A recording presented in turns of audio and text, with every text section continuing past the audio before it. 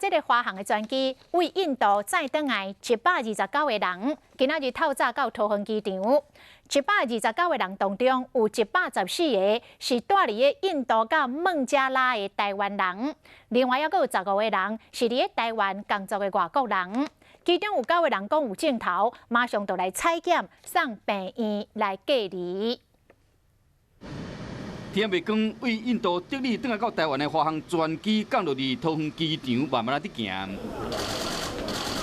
规身躯拢穿防护衣、挂喙安，就算看袂到表情，也不过真明显会使感受到因转来到台湾欢喜的心情。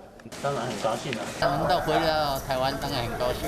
我们当然想要回来啊，因为封城啊，3月26号封城，其实在3月大概22号左右就开始没有是很正常。伫外交部协调安排下，由世界台湾商会联合总会组一台华航专机，总算将住伫印度到孟加拉114位台湾人，以及伫台湾食头路15位外国人，总共129个乘客接回台湾。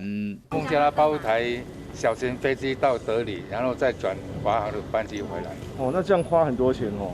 对，要差不多10万块。孟加拉到德里花3个半小时。安排多久？就这样？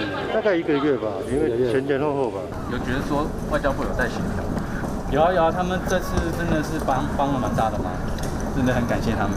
所有转来国内的人，拢会坐防疫巴士去检疫所隔离14天，还阁有9个人伫健康声明书顶面有写讲有症头，伫采检了后会送到病院隔离。